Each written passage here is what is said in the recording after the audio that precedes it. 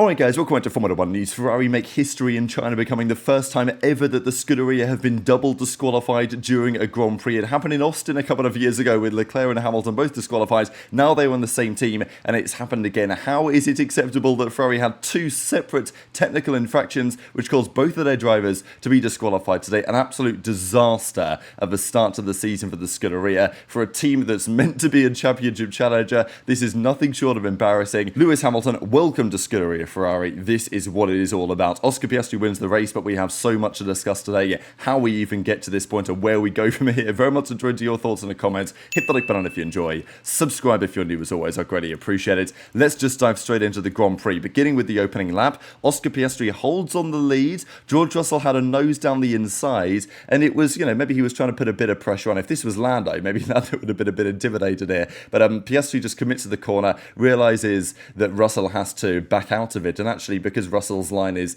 very compromised going into this right-hander, Lando eventually gets the advantage. Now Max had a decent getaway, but actually because Lando pushes Max to the outside of the track here, Hamilton and eventually Leclerc are able to capitalise. To be honest, Ferrari were, I wouldn't say lucky to be able to get double DSQ'd, but they could both have been out of the race here realistically, because Leclerc got a big snap of oversteer in this moment, had to correct it, slammed into the side of Hamilton, damaged his front wing, and I mean, he could have easily damaged Hamilton's car, given Hamilton a puncture. This could have been both Ferrari drivers to the back of the grid immediately here. Probably not, race over, but within reason, this could have been really bad. So, it already started maybe as a sign of things to come there. Verstappen actually drops down the order a little bit. Unfortunately for Alonso, another DNF, the second in a row. Even the last one, he would argue, wasn't his fault because Gasly went onto the gravel at turn 6 in Australia, put some gravel onto the track. Alonso comes around the corner, runs over the gravel on the track and loses the grip in the wet conditions. So, it is what it is. And this time, just a failure, right? We don't see too many difficulties with the cars nowadays in terms of reliability, but it seems that Aston Martin is still struggling. Even McLaren at the end of the race definitely had their concerns. This was Leclerc's front wing. The end plate was gone. It was kind of drooping down on the left-hand side. And, it was still functional enough, but certainly not what they would have wanted, Ferrari, nor Leclerc either. So the race goes underway. Norris gets up into seconds, and, nothing really happened. Now, Max is down in P6. I think Antonelli picked up some floor damage early on, so, he was kind of struggling for pace as well. I mean, at this point, Behrman's up into P15. Alonso's out of the Grand Prix. Ocon's here at P10. Those are definitely some drivers to keep an eye on as well as the Grand Prix goes on. But again, it was reasonably competitive early doors. But I think there was an expectation that the Ferraris, after what they'd shown in the sprint, would come on very strongly through the Grand Prix and potentially be able to challenge George and then get even further up towards the podium positions.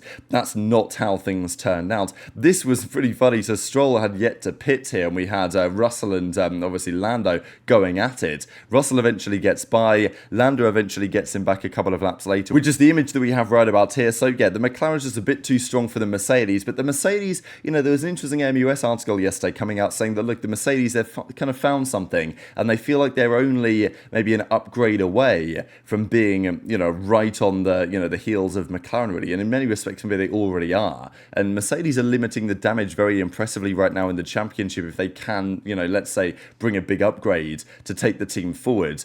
McLaren, potentially the challenge for McLaren this year could be George and Mercedes, maybe even Kimi, who knows, if, he can string together some amazing weekends rather than anybody else. I mean, look, Max is always going to be in the conversation, but of course Red Bull aren't from a constructor's perspective, and we'll get into that soon. This, though, was the comment from Hamilton, because Hamilton was really struggling, and it's like, the funny thing is about Ferrari, it's not like Hamilton's gone from being unbelievable in the sprint race, just super dominant, executing a perfect Grand Prix, managing the tyres impeccably, to all of a sudden washed up overnight, right? Like, that's not happened. Ferrari made changes to their car between the sprint race and between the actual main Grand Prix and even qualifying itself, and those are changes which, seemingly have backfired to a great extent, because Hamilton was struggling with it, even Leclerc with, without the front end plate, which, was costing some performance, obviously, but tends to, on these Formula 1 cars, not be anything particularly drastic. He was allowed to go, and really they were just not competitive at all. And Hamilton even said this after the race, that in Bahrain in testing, Charles tested something on the car, but Hamilton hadn't done. We both went that way, and it was bad. I know not to do that again. Now, they were also asked about lifting the car, And, well, this is what we're going to get into in a couple of minutes when it comes down to this disqualification because, yeah, lifting the car, the ride height of the car was a concern in Australia, and it's back in force again today. So, yeah, Hamilton says he was struggling with performance. You know, we had a decent car in the sprint, we made some changes and it made the car worse in both qualifying and then it was even worse in the race. It's unfortunate, but we learned a lot. And I think there's a general feeling at Ferrari that this weekend was very useful to kind of unlocking the issues and understanding what's wrong with their car and what they need to do in terms of setup to make sure they don't have similar mistakes going forwards. But even then, their delta in the championship already is looking very scary in the constructors and even in the drivers. Like, sure, it's a long season, but, you know, it's not, I mean, like, after the double DSQ, it's not looking good really on all fronts right now, especially with how McLaren are looking. This was a very notable overtake, I think, in the grand scheme of things. Ollie Behrman, a great drive today to get all the way up into the points, and actually, in the end, comfortably in the points, given the disqualifications that we'll get to. He actually overtook Lawson, and, well, that is a talking point in and of itself because the Haas was nowhere in Australia, but they've actually put together, to be fair to them, a more competitive package here, and I thought that they would. I didn't think the Haas was going to be terrible, so I was kind of surprised they were so bad in Australia, and they were certainly better here in China. He overtakes Lawson, he says ciao on the radio, and he kind of apologised for it afterwards, but I don't think that he should have done. He also got Gasly as well shortly afterwards. Ocon was having a brilliant Grand Prix as well, slightly further up the road. This was Yuki Tsunoda, kind of remarkable. His front wing in the turbulent air in front just completely gave up and it just snapped in half.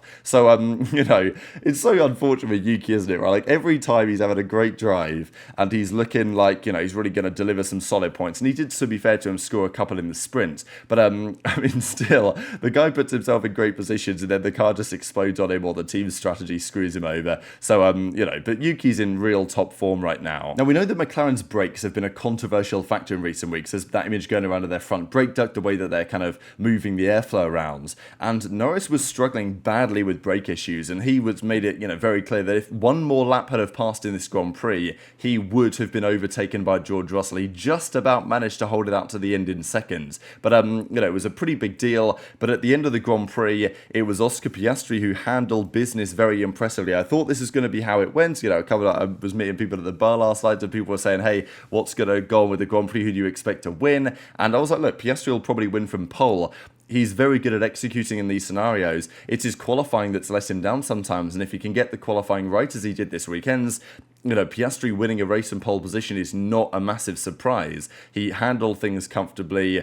I mean, the McLaren obviously is excellent. It wasn't a complete rocket ship compared to the rest of the field today, but it was certainly good enough, and that's why the other teams will be seriously concerned, especially when it's not like Ferrari were even fast in order to get disqualified. So these were the overall results. Ocon ended up 7th, Antonelli was just behind him in 8th, Albon got a couple of points in 9th, Carlos Sainz actually ended up 13th in the end. And, you know, significantly off the pace of Albon. I thought there was an interesting radio communication between Sainz and James Vowles, and Sainz was like, yeah, look, I've got a lot more to come from me and from the car. But Albon's had a really impressive start to the season here. Verstappen ends up in 4th, Russell was 3rd in the end, and obviously not far off Norris in the end. Again, Max kind of maximising what was actually possible here. But the two Ferraris, despite what Hamilton achieved in the sprint, they were nowhere near the winning margin.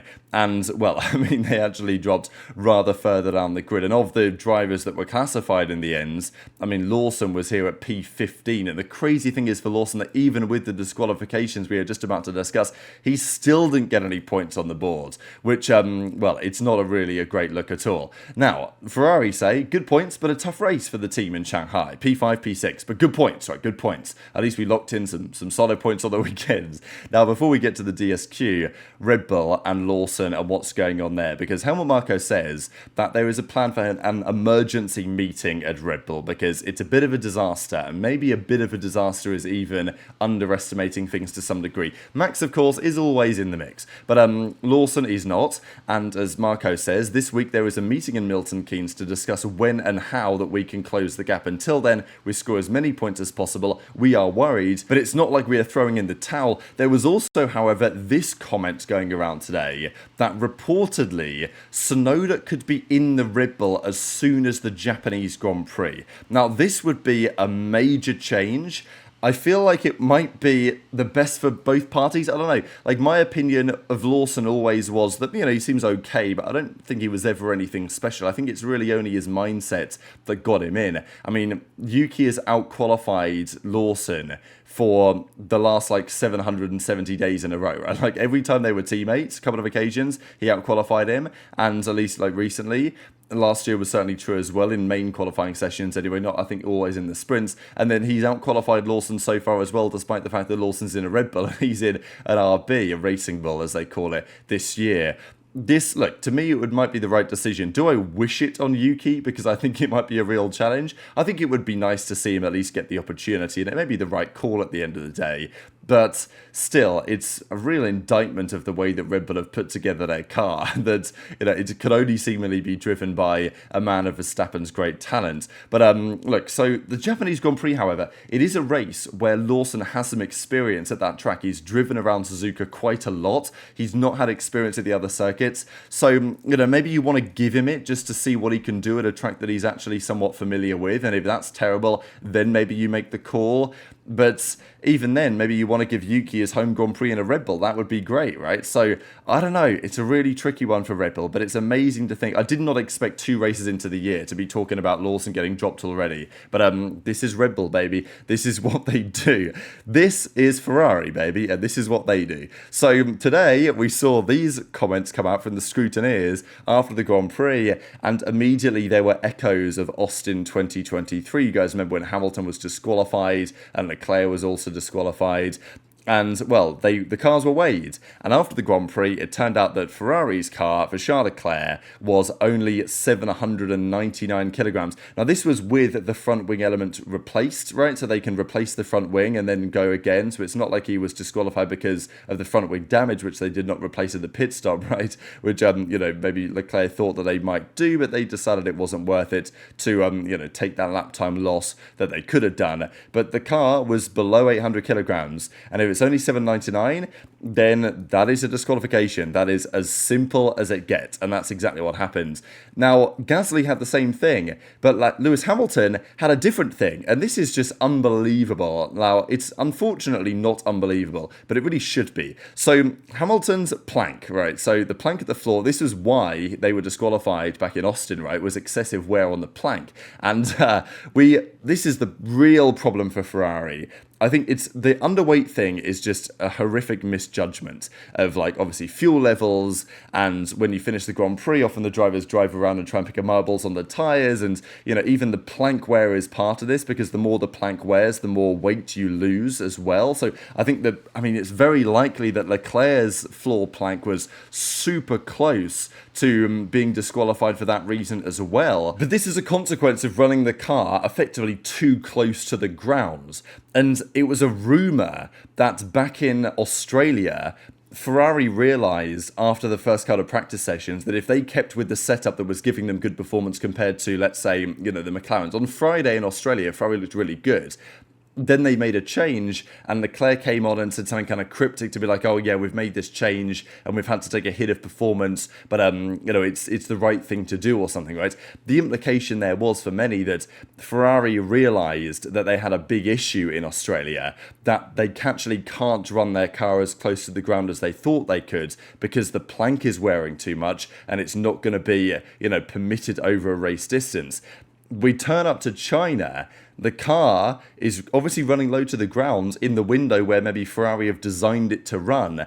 And the car is running on the ground too much, and the plank is wearing, and the plank is wearing too much. This is potentially a sign of a fundamental flaw in the way that Ferrari have designed their car this year, that they simply cannot extract the performance they want without getting disqualified. And even having seemingly known this, they got disqualified anyway. Now, if you guys can see here, the limit on the plank is 9mm of minimum thickness, and the car 44 one was measured to be 8.6, 8.6, and 8.5. So, we are talking half a millimeter, which is unfathomably small on some level, but still, it's notable, it's enough, and that is it for Lewis Hamilton and Ferrari, because this is an absolute slam dunk. They checked the other cars too. They checked the McLaren McLarens, they checked the Red Bulls, they checked the Mercedes. So it's not like it was, they just checked the Ferraris because they thought maybe something dodgy was going on. And then shortly afterwards, we got the confirmation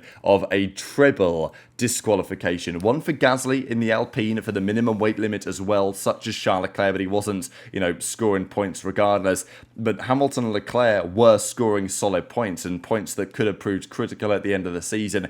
And it's just an incredibly bad look on both angles, right? I mean, the underweight thing is pretty unacceptable in the first place. I mean, everything here is unacceptable. But I think it's the plank wear problem which is more of a concern for Ferrari, because in order to fix that, you've got to raise the car, which just loses you performance, right? And it's not like Ferrari were even quick. I think that's the concern. Like, if Ferrari had won the Grand Prix and they're getting disqualified, it would be horrific. But at least it would be like, okay, well, we were running the car too close to the grounds, and we had the performance, but we had too much performance, right, to be legal, and therefore, we can raise the ride height and we can drop back in performance, but still be good enough to potentially challenge or win. Ferrari today were, cheating. Not cheating, but like their car was illegal in terms of the performance it was seemingly generating. Now, obviously, yesterday might have been a different story, who knows, but of course it was a shorter race, right? So there's less time for the plank to wear.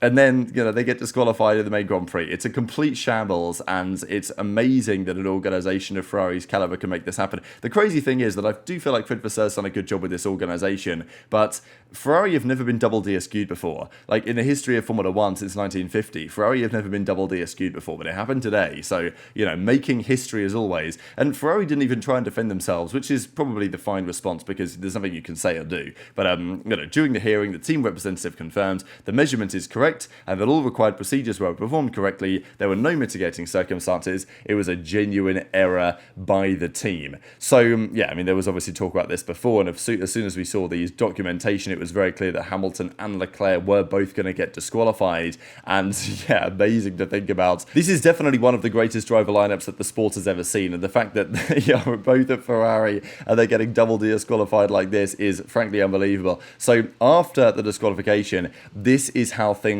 currently stands, because Ocon moved up to P5 in the end, Albon moved up a couple of places, of course Stroll got some points, Sainz in the end got a point too because he finished behind Gasly and all of those, so he at least got 1 point in 10th in the end.